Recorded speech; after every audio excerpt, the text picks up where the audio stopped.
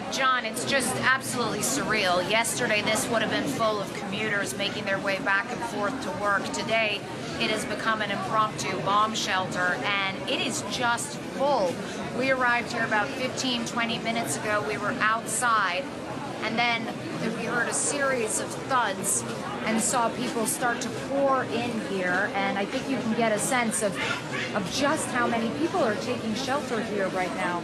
These people are frightened, they're confused, they are desperately uncertain about what they're supposed to do, how long they can take shelter here, where they go from here.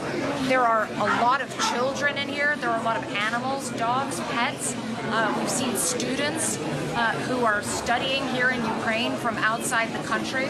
I talked to a woman upstairs who was crying because of her just sense of panic and fear and desperation, not knowing where they can go and what they can do. I interviewed also a young man called Vladimir who speaks perfect English. He's a professional. He's really indicative of this thriving young metropolis. And he said, we view Russia as being our brother. What kind of way is this to treat your own brother? And I think that that's a sentiment reflected by many people here. I just want to come off again so that we can have a chance to show you people's faces here. We're going to try to move down.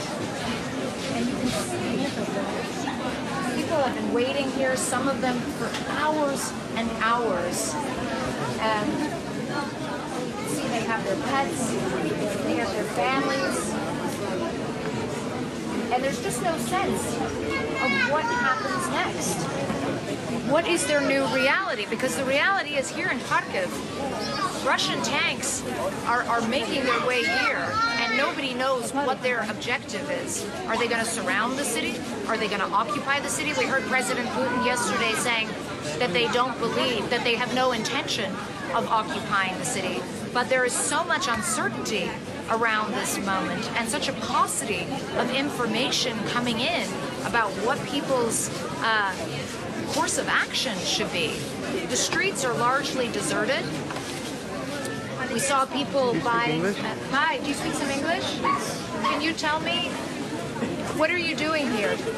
Actually, we came here for studies. You came here for studies? Yeah. And what this morning, what was your reaction when you heard that?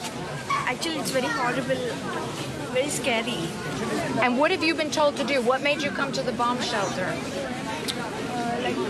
We got some urgent news, like go to the shelter, stay basements, so we came up. And could you hear the bombing this morning? Yes, I think 1 hour back also we heard the explosion. I'll let you go, sorry. It's very crowded and a little bit chaotic down here, as you can imagine. You can hear the sounds of people's dogs barking. There's a lot of children. I don't know, Brent, if you just want to see over here. All schools in Kharkiv are closed today. And people have brought their children here for safety. They've got some snacks.